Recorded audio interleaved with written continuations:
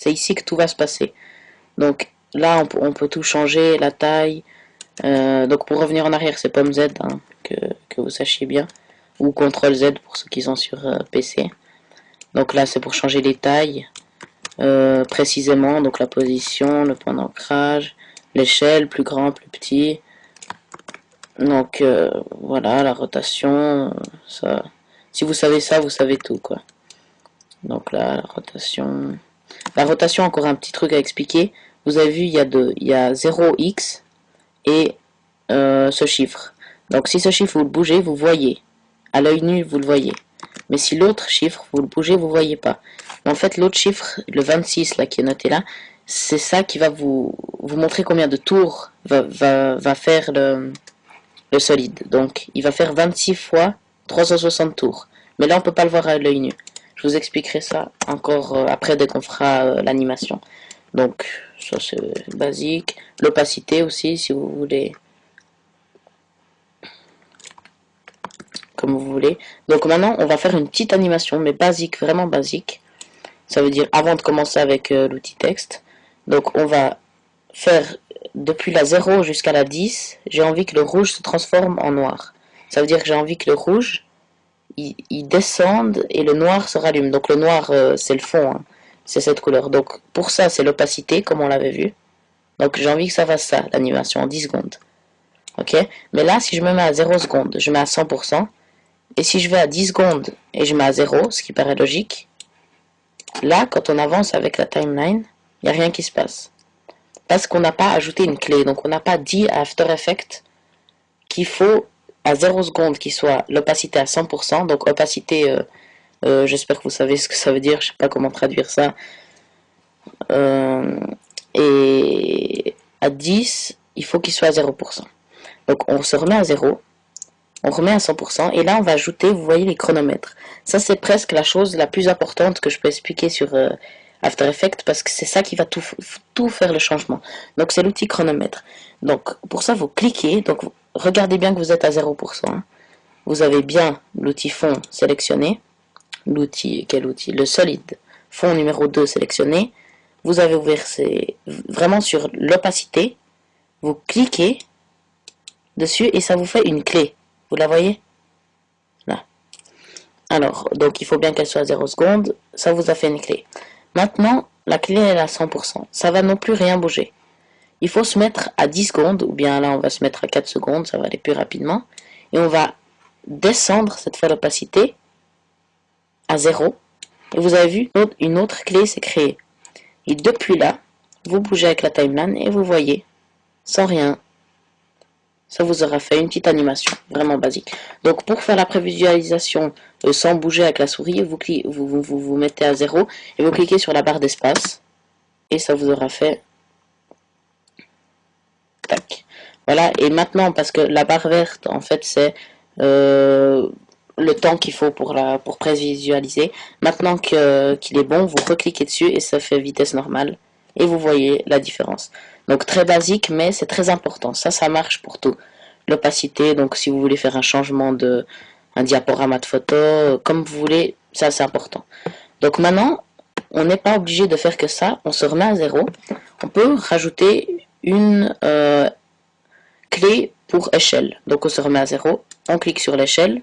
Et on veut qu'il se rapetisse à 4 secondes. Donc on se remet à 4 secondes. Hein.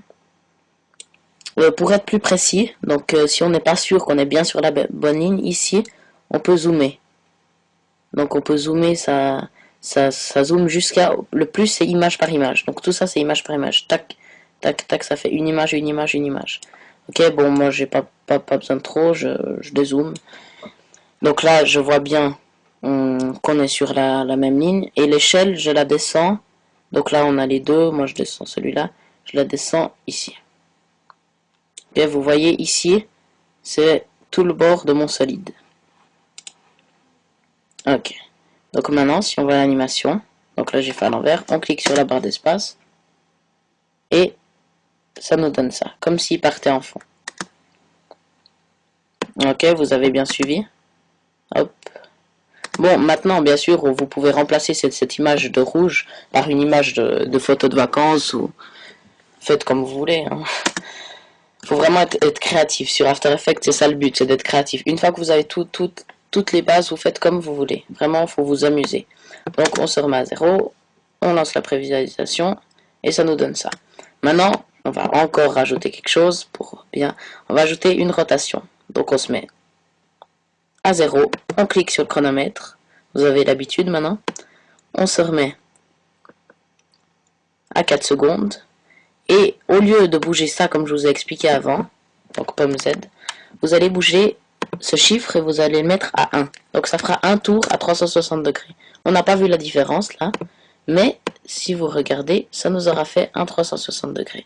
Donc vous relancez la prévisualisation, excusez-moi, et ça nous aura fait un tour.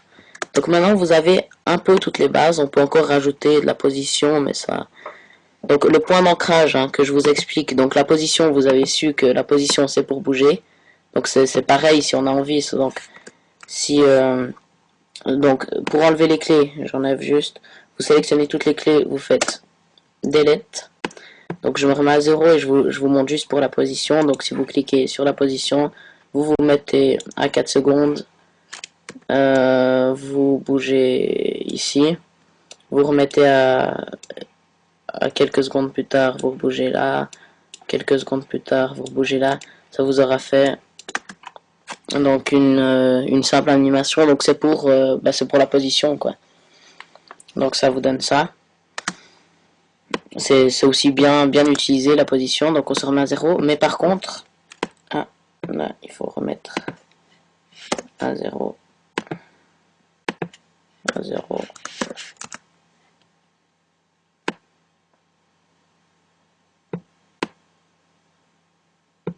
Voilà, donc le point d'ancrage que je vous explique, on peut croire que c'est la même chose que la position, mais le point d'ancrage c'est le petit point que vous voyez là.